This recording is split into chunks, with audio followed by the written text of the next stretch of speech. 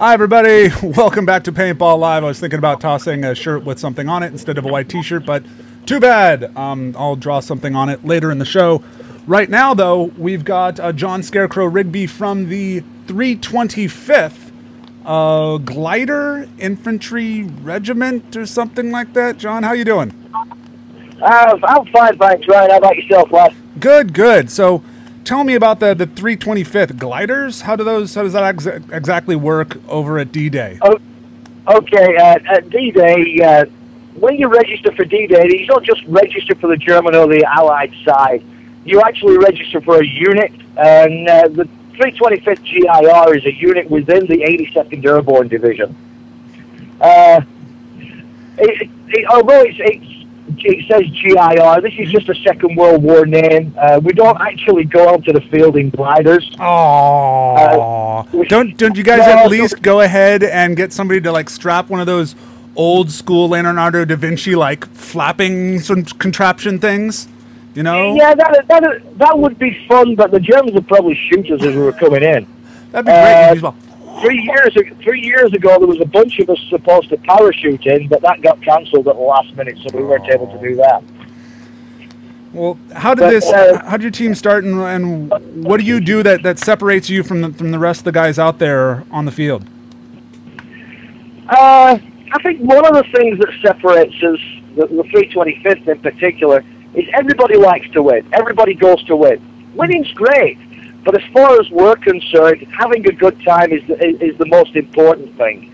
I mean, you're spending a lot of money to get out there. You're spending money on paint.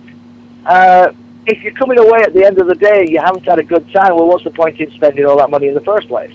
True. You know, we obviously we go there to win, but as long as we have a good time, we're still winning, the way I see it. According to your recruitment station, you expect a lot out of your troopers and your crews responsible for saving the entire 82nd right at game on by risking their lives to report the German insertion of tanks that were gunning for us. So yeah, you actually you guys have like real things to do. You don't just like randomly go ahead and go, oh, we're tank busters or something like that. You're like, no, we got like a storyline of bullet points to hit throughout the game.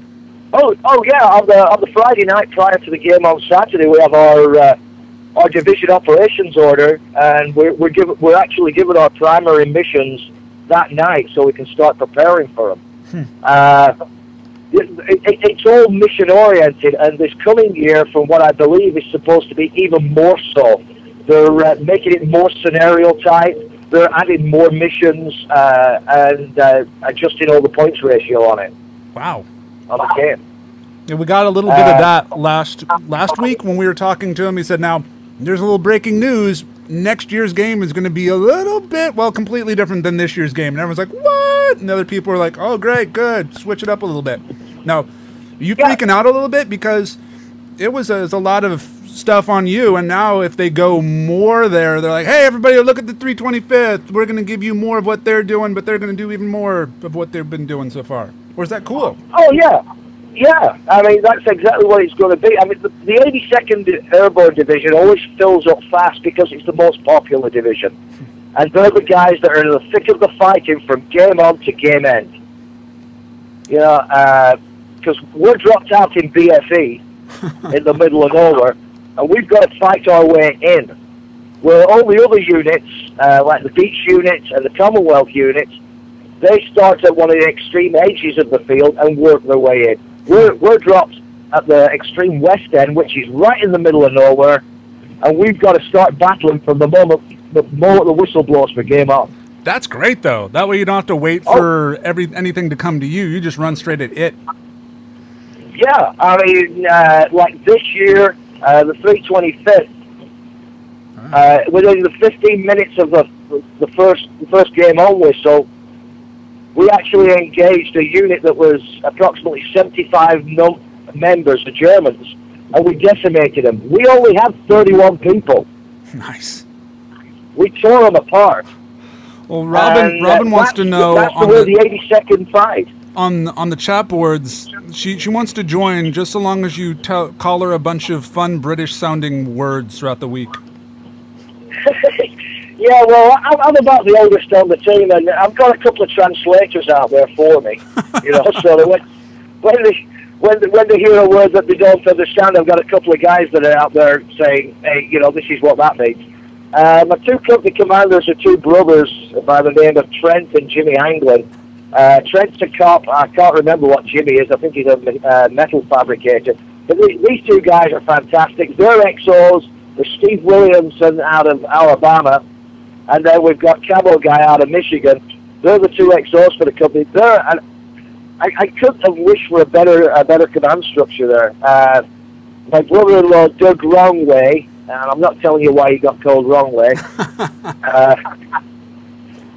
He's my XO. So I mean, normally when we get these guys in, we get a really fantastic bunch of guys in, and we're looking for people, not just guys, gals as well. This year we had two husband and wife teams playing for us, and we'll take boys, girls, anybody. Well, look, we've even got LJ on our team, so you know how you've got both. You got boys, girls, and LJ. You know.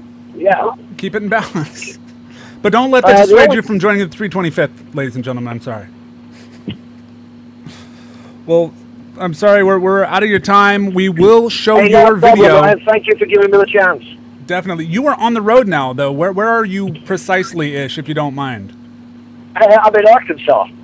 Damn, you're driving. Yeah, me and my wife drive 18-wheeler. Nice. We drive from Southern California to Massachusetts and back every week. Well, right now, in honor of the 325th, I'm going to show a video of one of your members, Viper, from the Viper game, where he crawled up and shot some kid, and the kid felt 3 balls break and then asked if he was even out. Oh, Viper was absolutely awesome this year. Beautiful. Thank you for being on the program. The website is the 325th.com or 325th.org or something. 325th.org. .org. There you go.